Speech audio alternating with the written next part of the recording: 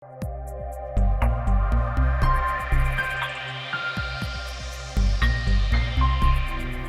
kasih, terpuji dan kekal selama-lamanya. Di dalam nama Tuhan Yesus kami bersyukur dan kami berdoa. Haleluya. Sama-sama katakan amin. Shalom Bapak Ibu Saudara sekalian, selamat pagi. Ya, saya mau ngajak kita buka firman Tuhan.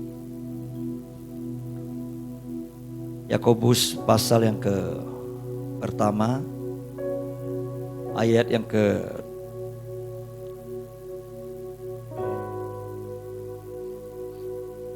21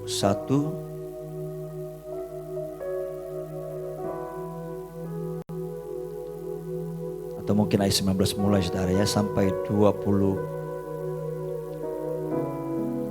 saudara. Saya akan bacakan buat saudara Yakobus pasal yang pertama.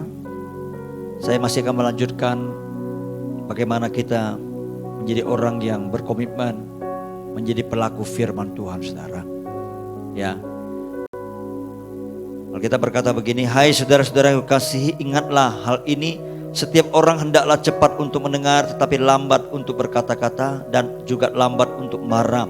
Sebab amarah manusia tidak mengerjakan kebenaran di hadapan Allah. Sebab itu buanglah segala sesuatu yang kotor dan kejahatan yang begitu banyak itu, dan terimalah dengan lemah lembut firman yang tertanam di dalam hatimu, yang berkuasa menyelamatkan jiwamu. Tetapi hendaklah kamu menjadi pelaku firman dan bukan hanya pendengar saja. Sebab jika tidak demikian, kamu menipu diri sendiri. Sebab jika seorang hanya mendengar firman saja dan tidak melakukannya, ia adalah seumpama seorang yang sedang mengamati mukanya yang sebenarnya di depan cermin. Baru saja ia memandang dirinya, ia sudah pergi atau ia segera lupa bagaimana rupanya. Tetapi barang siapa meneliti hukum yang sempurna, yaitu hukum yang memerdekakan orang, dan ia bertekun dalamnya, jadi bukan hanya mendengar untuk melupakannya, tetapi sungguh-sungguh melakukannya, ia akan berbahagia oleh perbuatannya. Saudara, seperti kemarin saya katakan bahwa kalau kita berkomitmen menjadi pelaku firman Tuhan, itu akan membuktikan bahwa kita adalah orang yang mengasihi Tuhan. Dan kalau kita mengasihi Tuhan, firman Tuhan berkata Tuhan akan menyatakan kasih-Nya, kesetiaannya kepada beribu-ribu keturunan dari kehidupan kita saudara. Ya, karena itu saudara, penting sekali untuk saudara dan saya menjadi orang yang berkomitmen menjadi pelaku firman Tuhan saudara. Kenapa? Kalau kita melakukan firman Tuhan, firman itu akan menerangi kehidupan kita. Firman itu akan menuntun hidup kita. Firman itu akan memberikan kita jalan keluar untuk setiap persoalan pergumulan kita hadapi saudara. Ya, nah begitu kita menjadi pelaku firman Tuhan, kita mentaati apa yang kita dengar saudara, maka sebenarnya saudara, hidup kita sedang diberkati saudara. Jadi waktu kita mentaati firman Tuhan, kita menjadi pelaku firman Tuhan, kita bukan sekedar akan memperoleh apa yang Tuhan janjikan saudara. Sebenarnya setiap ketaatan kita kepada firman Tuhan itu akan menjaga semua yang Tuhan sudah tetapkan, sediakan buat kehidupan kita saudara. Ya, sebenarnya ketika kita mentaati perintah Tuhan saudara, ya, bukan supaya kita diberkati lagi saudara, bukan supaya kita memperoleh berkat itu, tapi waktu kita mentaati itu kita sedang menjaga berkat yang memang Tuhan sudah sediakan bagi kita. Tapi sebaliknya kalau kita tidak mentaati perintah Tuhan, kita tidak mentaati firman Tuhan saudara, malah itu akan membuat kita kehilangan berkat yang memang Tuhan sudah tersedia buat hidup kita saudara. Ya, jadi kalau kita menjadi pelaku firman Tuhan saudara, ya, kita sedang menjaga apa yang Tuhan sediakan buat hidup kita. Itu sebabnya waktu manusia diciptakan di Taman Eden saudara, ditempatkan di Taman Eden, ya, ketika mereka tidak mentaati firman yang Tuhan sampaikan, perintah yang Tuhan sampaikan, mereka kehilangan apa yang Tuhan sediakan bagi mereka di Taman Eden saudara. Jadi saudara harus memahami akan hal ini. Ketaatan kita kepada perintah Tuhan, kepada firman Tuhan, itu yang akan menjaga berkat itu sendiri. Sebenarnya berkat itu sudah tersedia. begitu kita mentaati, kita langsung menikmatinya saudara. Kita menjaganya saudara, seperti itu saudara. Ya, nah sekali lagi penting untuk kita menjadi pelaku firman Tuhan. Tidak hanya dampaknya kepada diri kita, tidak hanya dampaknya kepada keturunan kita, saudara. Ya, tapi ini akan menjadi sesuatu yang begitu luar biasa sepanjang hidup kita kalau ini ada di dalam kehidupan saudara dan saya. Nah, hari ini kita akan belajar bagaimana sih menjadi pelaku firman itu. Ya, mungkin kita sudah baca Alkitab tiap hari, kita sudah dengar khotbah, ya. Tapi seringkali firman itu kok sepertinya tidak ada dalam kehidupan kita dan kita mengabaikannya. Tadi malam ada seorang anak Tuhan, dia WA kepada saya, dia tanya begini, Pak, di mana saya bisa menjumpai orang yang tulus hatinya? Saya bilang, di mana saja kamu bisa jumpai. Di mana Pak? Di mana saja saya katakan. Ya, siapa itu Pak? Saya berkata, dirimu sendiri. Kalau Anda mulai dari dirimu sendiri, jadi orang yang tulus, maka kamu akan menemukan dimanapun ada orang yang tulus seperti engkau. Karena kenapa? Karena kalau engkau tulus, engkau akan seperti magnet yang menarik orang-orang yang tulus. Ya, tapi kalau Anda tidak tulus, Anda akan menarik orang yang jenisnya sama seperti kamu. Dan apa yang terjadi saudara? Dia berkata begini, justru saya sudah Pak, saya dikibulin orang, saya dikhianati. Ketika saya lagi kondisi membutuhkan, tidak seorang pun yang mau menolong. Ternyata orang ini sedang dalam kesulitan dan dia kecewa. Mungkin sama teman-temannya, sama sahabatnya, sama orang-orang yang mungkin pernah dia tolong saudara. Dan sekarang dia lagi membutuhkan itu, dan orang-orang itu mungkin begitu dia datang tidak mempedulikan dia. Ya saudara, kehidupan kita pasti kita semua pernah mengalami seperti itu. Ya. Sebenarnya Tuhan sedang mengajarkan dia, jangan mengandalkan manusia. Tuhan mungkin dia pasti tahu firman itu. Yeremia 17, terkutuklah orang yang mengandalkan manusia, yang mengandalkan kekuatannya sendiri. Dia mungkin berusaha mencari pertolongan dari orang lain sehingga dia kecewa saudara. Mestinya dia pasti tahu firman ini. Tapi kenapa firman itu gak hidup ya? Kenapa firman itu gak jadi nyata dalam kehidupannya? Bukan berarti firman itu gagal saudara. Tapi saya percaya ada sesuatu di hatinya sehingga dia tidak bisa melakukan firman itu saudara. Itu yang Yakobus katakan begini saudara. Ya. Kalau kita baca di ayat yang ke-22 dikatakan, tetapi hendaklah kamu menjadi pelaku firman dan bukan hanya pendengar saja, sebab jika tidak demikian kamu menipu dirimu sendiri.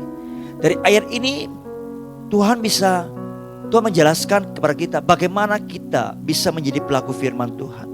Dikatakan tetapi, berarti kata tetapi itu adalah kata penyambung saudara.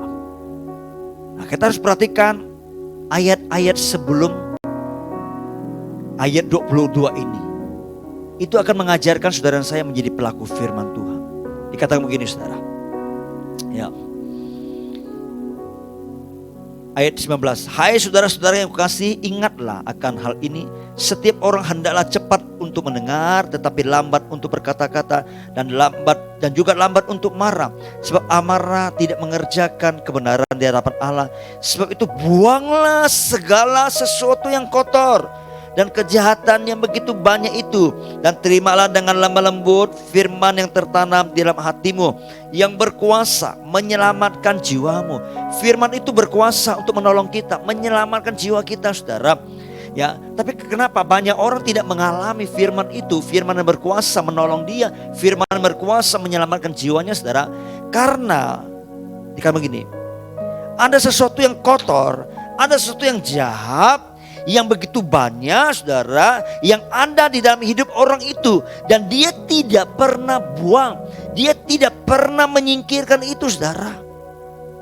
Jadi hal yang pertama, kalau kita ingin melihat, mengalami firman Tuhan, waktu kita bisa menjadi pelaku firman Tuhan saudara, maka hal yang pertama saudara, kita harus membuang.